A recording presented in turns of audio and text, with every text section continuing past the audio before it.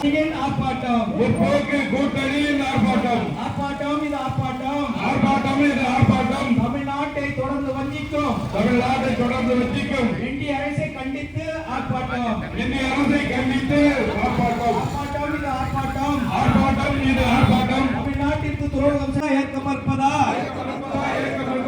கீழடி எரிவாயுவை ஏற்க மறுப்பதா தடுக்காதே தடுக்காதே தடுக்காதே தடுக்காதே தமிழ்நாட்டின் வளர்ச்சியை தடுக்காதே தமிழ்நாட்டின் வளர்ச்சியை தடுக்காதே சிலிண்டர் எங்கே சிலிண்டர் எங்கே சிலிண்டர் எங்கே வாய்ச்சவடால் மோடியை சிலிண்டர் எங்கே சிலிண்டர் எங்கே பிள்ளைகளே போர்க்கீடு சிலிண்டர் தட்டுப்பாட்டை போர்க்கீடு தடுக்காதே தடுக்காதே தடுக்காதே தடுக்காதே தமிழ்நாட்டின் வளர்ச்சியை தடுக்காதே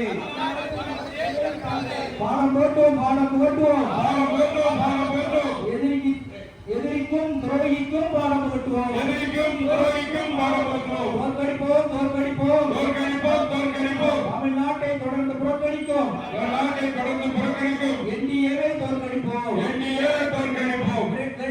விரட்டி விடுவோம் என்டிஏ டப்பா என்ஜினை விரட்டி விடுவோம்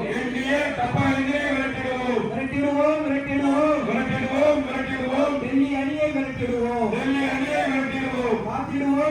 ஊரா தோட்டத்துல ஒருத்தம் போட்டானா வெள்ளரிக்கா காசுக்கு 2 வைக்க சொல்லி காகிதம் போட்டானா வெள்ளைக்காரன்.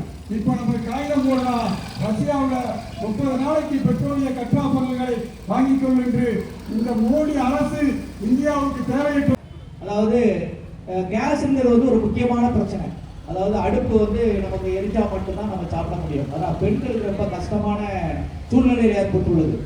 அதாவது கிராமப்புறத்தில் வந்து முன்னாடி வந்து கேஸ் அடுப்பு பதிவுனா 15 நாளைக்குள்ள கொடுத்தாங்க. இப்போ 45 நாள்னு ஆக்குறாங்க.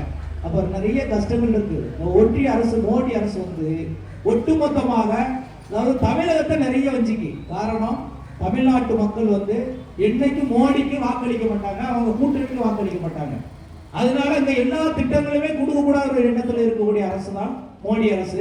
அந்த வழியில வந்து சிலிண்டர் இப்போ நிறைய தட்டுப்பாடு ஆயிட்டு பார்த்தீங்களா. வணிக நிறுவனங்கள், கல்லூரியில் விடுதிகள், இது எல்லா இடத்துலையுமே இப்போ ஒவ்வொரு இடமும் மூடப்படுது. எல்லா இடமும் மூடிட்டா எல்லா வளர்ச்சியும் குறைஞ்சுக்கும். அவங்க என்ன நினைக்காங்கன்னா ஒன்றிய பாஜக அரசு எல்லா தொழிற்சாலையிலும் முடக்கணும்னு நினைக்காங்க. நம்மளுடைய தமிழகத்தினுடைய முதலமைச்சர் வந்து உடனடியாக சிலிண்டருக்கு வந்து தட்டுப்பாடு வந்துச்சு, உடனடியாக ஒரு அறிவிப்பு கொடுத்தார் நம்மளோட முதலமைச்சர். அதாவது நீங்க வந்து நமக்கு கேஸ் இல்லைன்னா அதாவது மின்சாரத்தின் மூலம் ஒரு யூனிட்டுக்கு 2 ரூபா மானியம் கொடுத்துருக்காங்க. அப்போ வணிக நிறுவனங்கள் பயன்படுத்திக் கொள்ளலாம். கல்லூரியில் படிக்க